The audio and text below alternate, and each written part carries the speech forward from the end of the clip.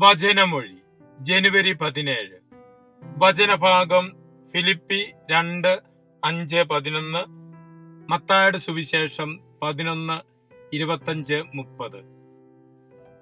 ഈശോയിൽ സ്നേഹമുള്ളവരെ, ഇന്ന് സുവിശേഷത്തിൽ നിന്ന് നാം ശ്രവിക്കുന്നത് ഈശോ പിതാവിനെ മഹത്വപ്പെടുത്തുകയാണ്. സ്വർഗത്തിന്റെയും ഭൂമിയുടെയും നാഥനായ പിതാവേ, ഇക്കാര്യങ്ങൾ ബുദ്ധിമാന്മാരിലും വിവേകികളിൽ നിന്നും മറച്ച് ശിശുക്കൾക്ക് വെളിപ്പെടുത്തിയതിനാൽ ഞാൻ നിന്നെ സ്തുതിക്കുന്നു. എളിയവരിലൂടെ ദൈവഹിതം വെളിപ്പെടുത്തിയതിനെ കുറിച്ചാണ് ഈശോ പറയുന്നത്. ഈശോ തന്നെ പിതാവിനെ ലോകത്തിന് വെളിപ്പെടുത്തുവാൻ വേണ്ടി മനുഷ്യനായി അവതരിച്ച് ശിശുവായി മാറി. പൗലോസ്ലീഹ ഫിലിപ്പിയിലെ സഭയ്ക്ക് എഴുതിയ ലേഖനത്തിൽ നിന്ന് ശ്രവിക്കുന്നത് പോലെ ദൈവത്തോടുള്ള സമാനത വലിയ കാര്യമായി പരിഗണിക്കാതെ തന്നെ ശൂന്യനാക്കി അവിടുന്ന് സ്വയം ചെറുതായി മരണത്തോളം, കുരിശുമരണത്തോളം സ്വയം താഴ്ത്തി ദൈവിക രഹസ്യങ്ങൾ നൽകുവാൻ വേണ്ടി. പ്രകാരം തന്നെ ശൂന്യമാക്കിക്കൊണ്ട് മനുഷ്യനായി അവതരിച്ച് കുരിശുമരണത്തോളം എളിമപ്പെടുത്തുന്ന മിശിഹായിലൂടെയാണ് ദൈവിക രഹസ്യങ്ങൾ അതിന്റെ പൂർണ്ണതയിൽ നൽകപ്പെട്ടത്. മിശിഹായിലൂടെയാണ് ദൈവിക വെളിപാടുകൾ അതിന്റെ പൂർണ്ണതയിൽ നൽകപ്പെട്ടത് എന്ന് സുവിശേഷം പറയുന്നു.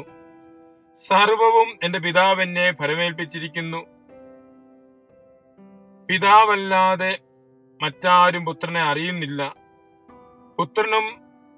പുത്രൻ ആർക്ക് വെളിപ്പെടുത്തുവാൻ തിരുമനസ്സാവുന്നോ അവനുമല്ലാതെ മറ്റാരും പിതാവിനെയും അറിയുന്നില്ല. പിതാവിനെ കുറിച്ച്, ദൈവത്തെക്കുറിച്ചുള്ള സകല വെളിപ്പെടുത്തലുകളും പുത്രനിലൂടെയാണ് നൽകപ്പെട്ടത് എന്ന് സുവിശേഷം നമ്മെ ഓർമ്മപ്പെടുത്തുന്നു.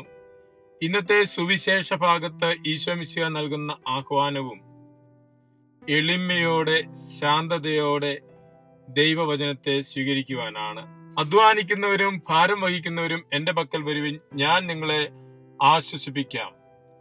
എന്റെ നുകം വഹിക്കുകയും എന്നിൽ നിന്ന് പഠിക്കുകയും ചെയ്യുവിൻ. ഈശോ പറയുകയാണ്, എന്റെ നുകം വഹിക്കുകയും എന്നിൽ നിന്ന് പഠിക്കുകയും ചെയ്യുവിൻ. ഞാൻ ശാന്തശീലനും സൗമ്യ സ്വഭാവമുള്ളവനുമാണ്. ഈശോയുടെ നുകം അവിടുത്തെ കൽപ്പനയാണ്. അത് സ്നേഹിക്കുവാനുള്ള കൽപ്പനയാണ്. നുകം എന്നതുകൊണ്ട് ഉദ്ദേശിക്കുന്നത് കൽപ്പനകളാണ്. പഴയ നിയമത്തിൽ നൽകപ്പെട്ടിരുന്ന കൽപ്പനകളെ വ്യാഖ്യാനിച്ച് സാമാന്യ ജീവിതത്തിന് ഭാരമുള്ളതാക്കി മാറ്റിയിരുന്നു. എന്നാൽ മിശിഹ പഴയ നിയമ കൽപ്പനകളെയെല്ലാം സംശീകരിച്ച് സ്നേഹത്തിന്റെ ഒറ്റ കൽപ്പനയാക്കി മാറ്റുകയാണ്. അതുകൊണ്ടാണ് എന്റെ നുകം മൃദുവും ഭാരം ലഘുവുമാണെന്ന് പറയുന്നത്.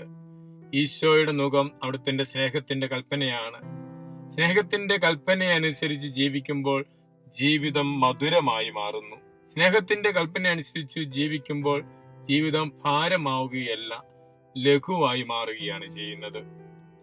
ഈശോ തന്നിൽ നിന്ന് പഠിക്കുവാൻ നമ്മോട് ആഹ്വാനം ചെയ്യുന്നത് പോലെ ശാന്തശീലനും സൗമ്യ സ്വഭാവമുള്ളവനുമായ ഈശോയെ അനുകരിക്കുന്നതിനും ശാന്തതയോടെയും സൗമ്യതയോടെയും അനുദിന ജീവിതത്തിലെ വ്യാപാരങ്ങളിൽ മുഴുകുവാനും നമുക്കും പരിശ്രമിക്കാം.